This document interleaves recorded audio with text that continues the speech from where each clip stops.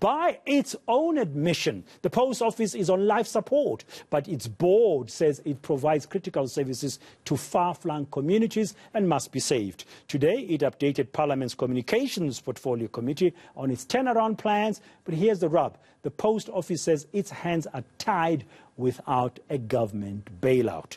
Well, listening to that is my colleague, that's Lindsay Detlinger, tracking those discussions. She's joining us now live from our studios in Cape Town. Good afternoon, Lindsay. Post office has been in a critical state for a number of years now. What is the current status from what they reported? Well, Dan, no good news, unfortunately, to report. We hear today that it's only just finalised its financials of the last financial year to submit to the Auditor General for auditing. So the last figures we have to go on is the 2.8 billion rand loss it suffered in 2020 and 2021. But the board of the post office not pulling any punches today, saying that it was in a critical state. It was in ICU, in the doldrums, as the deputy chairperson put it today. And we again heard about the myriad problems it's facing, including, as we know, many people report turning up at a post office that has just been closed without explanation, and that's because they are unable to afford the rent. And we heard from the CEO today that landlords were clamping down and not prepared to make and enter into any negotiations and wanted the money paid up front. We heard about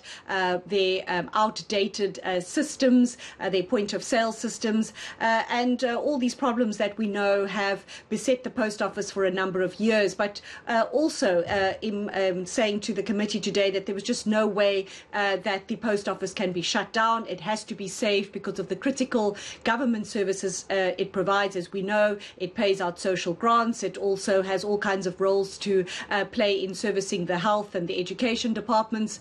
And so it has told the Portfolio Committee that it has its turnaround strategy, which it has already begun working on, but it cannot do anything without a government bailout. Here's the deputy chairperson of the board making some introductory remarks to that committee today.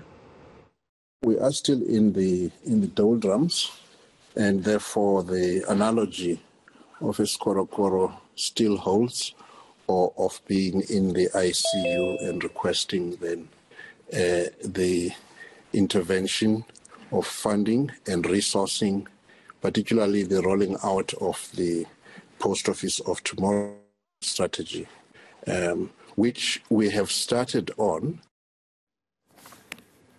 Now, Lindsay, how much does the post office need in order to move forward? Well, that's a critical question, Dan, because we are not getting any exact answers. Today, there was no mention made of the amount of money that is required, only repeated remarks that a bailout was required. If I take you back, late last year, it told the Standing Committee on Public Accounts 8 billion rand was needed. Then there were closed-door meetings in Parliament earlier this year because they wanted to share a strategy, which obviously it didn't want its competitors to know about, and reports coming out of that meeting that is more than 9 billion rand was required. But then the communications minister rubbished all those reports, and in March, in answer to a parliamentary reply, claimed that the post office only needed around 1.6 billion rand to get this turnaround strategy going, which, mind you, might add, pledges were made today that they would see the post office turned around within 18 months. But again today, no questions posed by the MPs as to get to the exact figure that is needed, and neither did any of the officials who were before this committee openly share exactly what figure we are talking about when they say they need a bailout. Here's the CEO of the Post Office. We need time and we need some funding. And when we say some funding, we actually are looking for funding so that we can service be able to try and catch up on what we have, where we are currently. That's number one. But the main thing we're looking for funding for is to implement this new exciting Post Office of Tomorrow strategy.